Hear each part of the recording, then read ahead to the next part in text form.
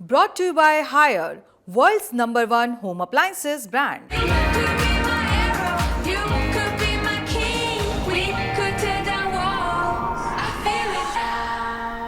रूस के राष्ट्रपति व्लादिमीर पुतिन ने इजराइल ईरान के बीच चल रहे संघर्ष में मध्यस्थता की पेशकश की। उन्होंने ये भी कहा कि वो अमेरिकी राष्ट्रपति डोनाल्ड ट्रंप और इजराइल के प्रधानमंत्री बेंजामिन नेतन्याहू के संपर्क में हैं। हालांकि ट्रंप पुतिन की इस पेशकश पर तंज कस रहे हैं। क्या है पूरा मामला, विस्तार से बताते हैं। इजराइल ईरान के बीच चल रहे संघर्ष का आज 7वां दिन है। दोनों ओर से लगातार हमले किए जा रहे हैं।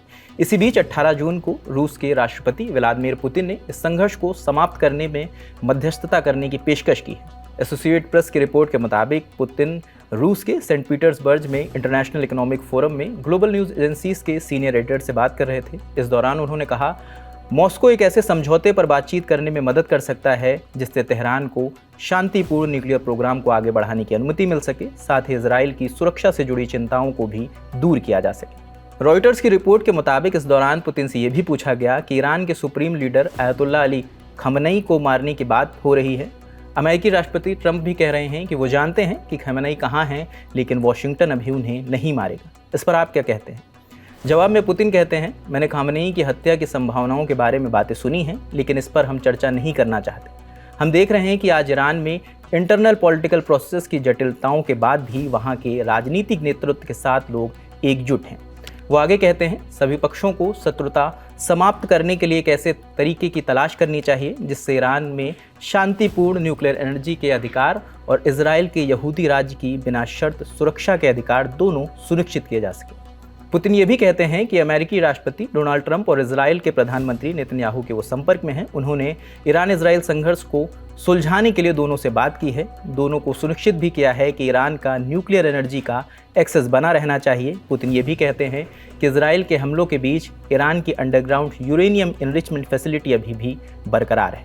पुतिन से जब पूछा गया कि रूस इस संघर्ष में ईरान को मॉडर्न हथियार मुहैया कराएगा, पुतिन ने जवाब में कहा, जनवरी में तेहरान के साथ हमने एक स्ट्रेटेजिक पार्टनरशिप ट्रीटी साइन की थी। इसमें मिलिट्री कॉरपोरेशन शामिल नहीं था और ईरान ने अभी हमसे कोई आधिकारिक मदद नहीं मांगी। वो आगे कहते हैं कि इजराइल ने मॉस्को को आश्वासन दिया है कि ईरान के बुशहर न्यूक्लियर पावर प्लांट में 2 और रिएक्टर बनाने में मदद करने वाले रूसी विशेषज्ञों को हवाई हमले में कोई नुकसान नहीं होगा। कहा कि मॉस्को के ईरान के साथ बहुत अच्छे संबंध हैं। रूस न्यूक्लियर पावर में ईरान के हितों को सुनिश्चित कर सकता है।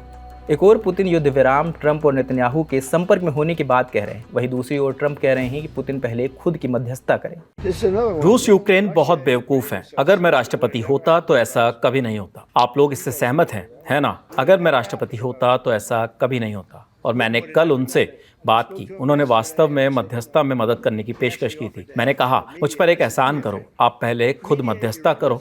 चलो पहले रूस के साथ मध्यस्थता करते हैं। ठीक है, मैंने कहा, व्लादिमीर चलो पहले रूस के साथ मध्यस्थता करते हैं। आप इस बारे में बाद में चिंता कर सकते हैं, लेकिन मुझे लगता है कि ये भी काम करेगा। लेकिन बहुत से लोग मारे गए हैं। इस मामले में सबसे बड़ी बात यह है कि रिपोर्ट किए गए लोगों की तुलना में कहीं ज्यादा लोग मारे गए हैं। यूक्रेन रूस में बहुत से लोग, एक इमारत गिर जाती है, वे कहते हैं कि कोई भी घायल नहीं हुआ। ट्रंप कह रहे हैं कि पुतिन पहले रूस और यूक्रेन के बीच चल रहे युद्ध की मध्यस्थता करें, बाद में ईरान और इजराइल की चिंता करें। खैर, ईरान इजराइल संघर्ष में और भी कई हिस्सेदार सामने आ गए हैं। अब देखना होगा ये मामला आगे कहाँ जाता है। फिलहाल जो भी अपडेट होगा वो हम आपको बताते रहेंगे। आप इस पर क्या सोचते हैं हमें कमेंट सेक्शन में ज़रूर बताएं। कैमरे के पीछे आलिश है, मेरा नाम रजत है। देखते दलाल लंटॉप। शुक्रिया।